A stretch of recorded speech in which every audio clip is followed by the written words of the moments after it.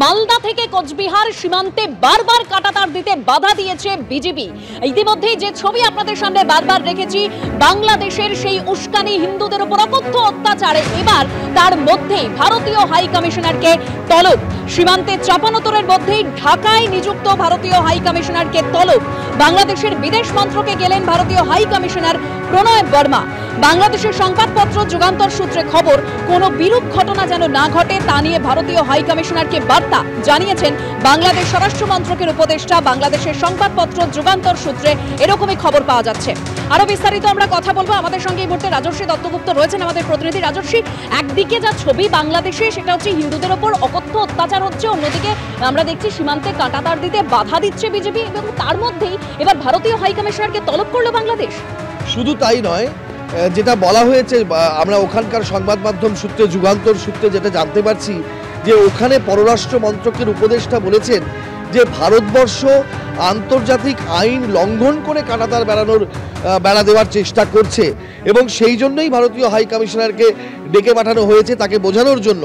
শুধু আরও তিনি বলছেন যে ভারতের সঙ্গে এই কাঁটাতারের বেড়া দেওয়া নিয়ে আগের যে চুক্তিগুলো রয়েছে সেগুলো আমরা বাতিল করে দেব, সেই চুক্তি আর মানা হবে না। এই প্রসঙ্গও এই আলোচনায় উত্থাপন করা হবে। অর্থাৎ ভারতের সঙ্গে কাঁটাতারের বেড়া প্রসঙ্গে সরাসরি কিন্তু একটা বিদ্বেষের এবং একটা বলতে পারো যে তুমি একেবারে কোনো সমঝোতায় না যাওয়ার রাস্তার কথা কিন্তু বলছে পররাষ্ট্র মন্ত্রকের উপদেষ্টা বলেছেন, যেটা আমরা বাংলাদেশের সংবাদ মাধ্যম যুগান্তর সূত্রে জানতে পারছি।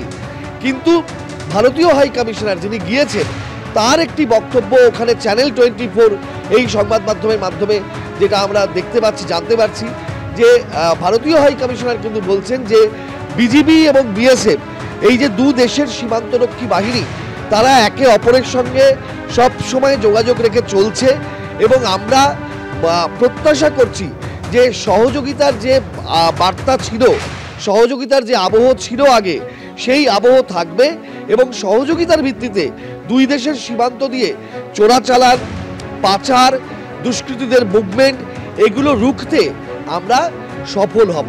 অর্থাৎ সদর্থক বার্তা নিয়ে ভারত যাচ্ছে, কিন্তু বাংলাদেশের তরফে, বাংলাদেশের সংবাদ মাধ্যম সূত্রে যা জানা যাচ্ছে, সেখানকার পররাষ্ট্র মন্ত্রক কিন্তু ভারতের বিরুদ্ধে কার্যত অত্যন্ত ক্ষুব্ধ।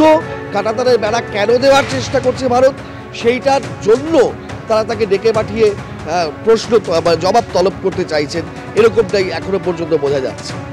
একেবারেই ধন্যবাদ রাজর্ষী। অর্থাৎ যে ছবি আমরা দেখেছি গত কয়েকদিনে, যেভাবে সীমান্তে কাঁটাতার দিতে বাধা দেওয়া হয়েছে বিজেপির তরফে, এবং আরও যে ছবি সামনে আসছে যে কোচবিহারের এই যে খোলা সীমান্ত, সেটা নিয়ে কিন্তু উদ্বিগ্ন ভারতীয়রা। তার কারণ কুয়াশা এবং অন্ধকারকে কাজে লাগিয়ে অবাধে অনুপ্রবেশ চলছে, সেরকমই দাবি করছেন স্থানীয়রা। মেখলিগঞ্জের বাংলাদেশি ছিটমহল দহগ্রাম অঙ্গারপোতায় উন্মুক্ত সীমান্ত 3 বিঘা করিডোরকে মাধ্যমে 3 বিঘা করিডোরের মাধ্যমে অবাধে চলছে সেখানে গরু পাচার। জঙ্গি কার্যকলাপের আশঙ্কায় ভুগছেন স্থানীয়রা।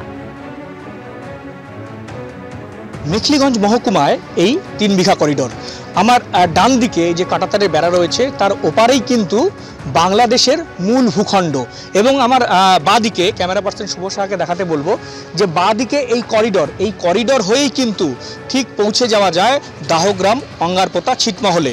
ভারত বাংলাদেশ সীমান্তের মেখলিগঞ্জের এই 3 বিঘা এলাকা অত্যন্ত গুরুত্বপূর্ণ, কারণ যে আমার পেছনে ঠিক দেখা যাচ্ছে কিছুটা দূরেই, সেখানে কিন্তু বাংলাদেশের যে ছিটমহল সেটা হলো দহগ্রাম, অঙ্গারপোতা, এবং এই ছিটমহল পুরোটাই কিন্তু ভারতের ভেতরে, এবং তার সাথে বাংলাদেশের মূল ভূখণ্ডকে যুক্ত করেছে 3 বিঘা করিডোর।